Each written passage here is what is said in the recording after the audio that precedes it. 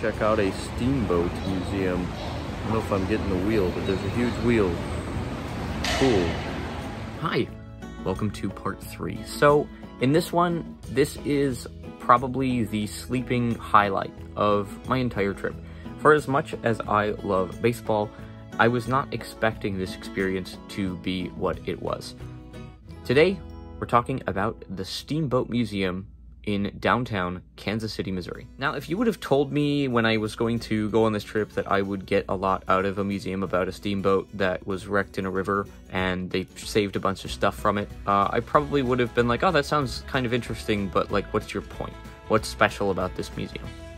Well, let me tell you what's special about this museum. Before we went down and got to go below, there's a huge wheel, and that's where I filmed the intro to this video. And I don't know what I was thinking was going to be underneath, but it wasn't what was there. I was pretty blown away pretty much right away. So to start off, they had these buttons and these screens that told a story.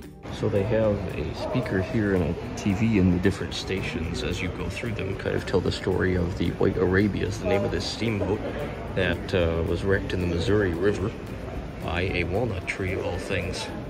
And then they had these little QR codes that you could scan with your phone, and it would bring up usually a text document that would talk about some specific item in the exhibit.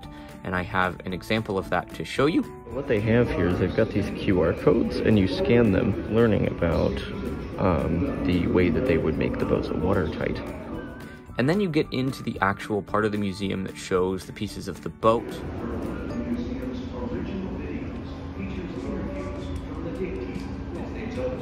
You get to kind of experience what was found.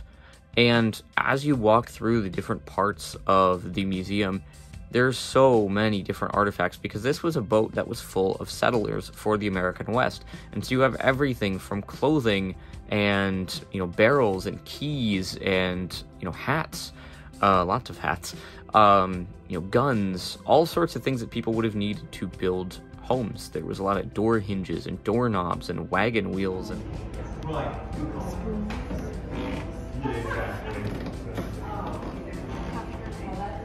at that, those are for spices.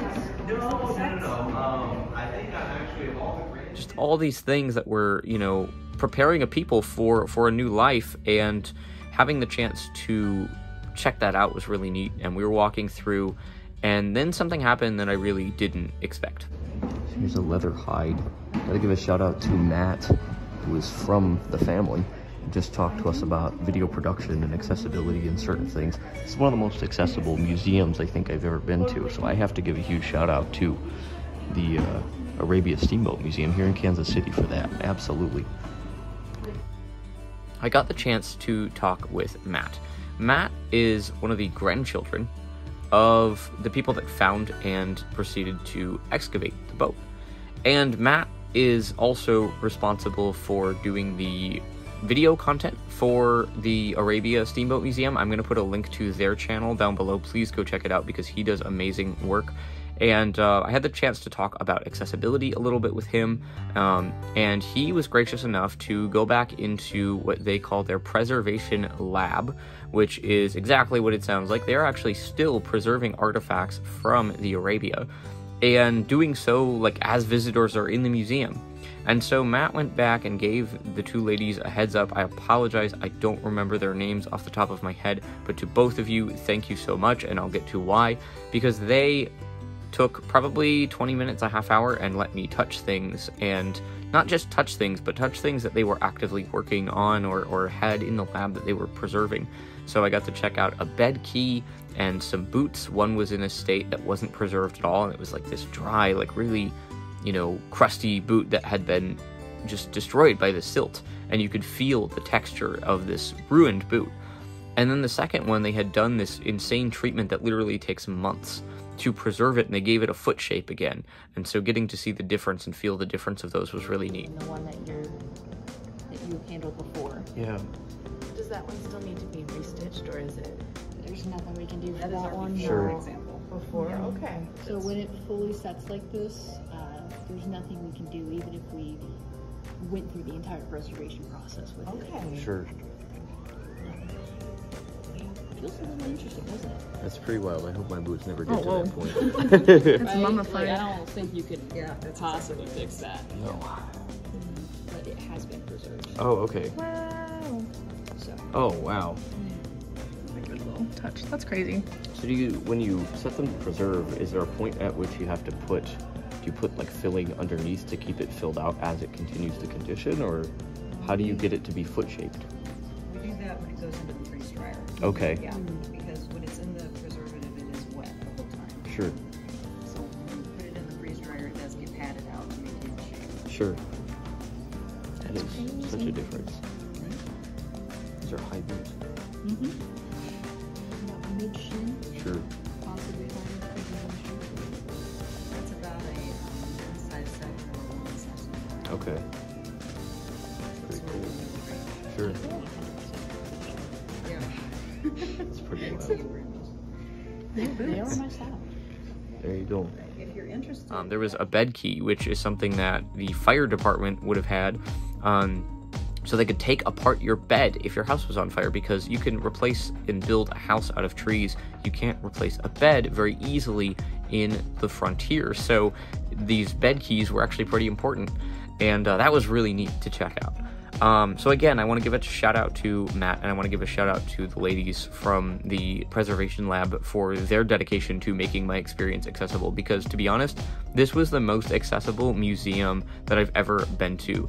And as a means to, you know, demonstrate that, they also had just things that anybody could touch. So they had examples of some of the iron, like the raw iron that was being shipped over so that people could build things, and you can touch like it's like a big pole. It's probably like 5-6 feet high. On the blacksmith's anvil. So this is wrought iron. It's got this rough, you know, wrought iron texture. And there was also some leather examples of like the big pelts and things like that that were, the hides rather, that would be shipped over, and you could touch them. So between the touchable exhibits, the things in the preservation lab that were able to be handled and touched by me, and also the text scanning and the voiceover for the like documentary style story at the beginning, almost everything in this museum in some form or fashion was explorable. It's set up kind of like a general store with all these supplies. Probably would have been, you know, you get the steamboat in and all these store owners could have all their stuff. This is really neat. Needles and thimbles and bottles, oh my. Alright, nobody told me, but we can walk on a full-scale replica of the deck itself. And this is what the main deck of the Arabia would have felt like to walk on. Oh, this is cool. This is the tree that did it. This is the snag that sunk the Arabia.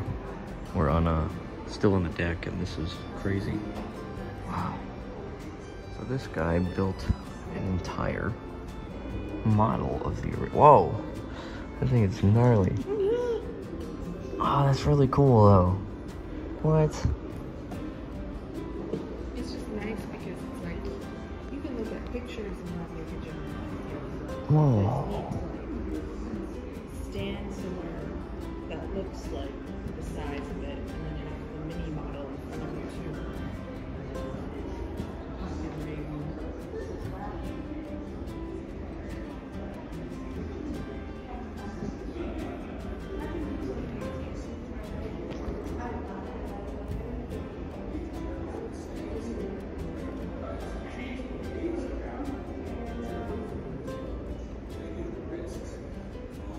Gonna put this in as something to add for my notes later. It'd be really cool if someone could try to build this out of Lego so it would actually be touchable. But this is a really cool model. I've never seen a model of a steamboat like this.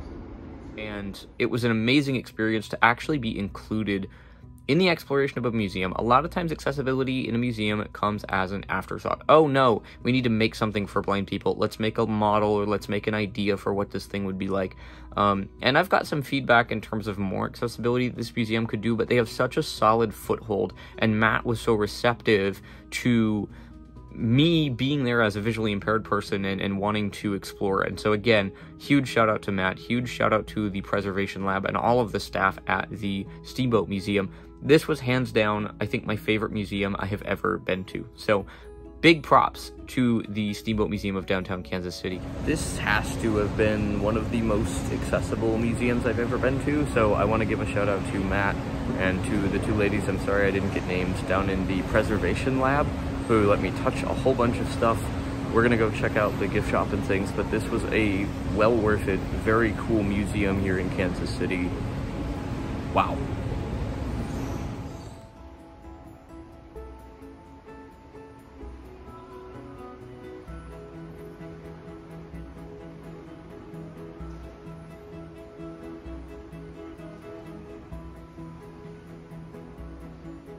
And with that, I'm going to close out part 3.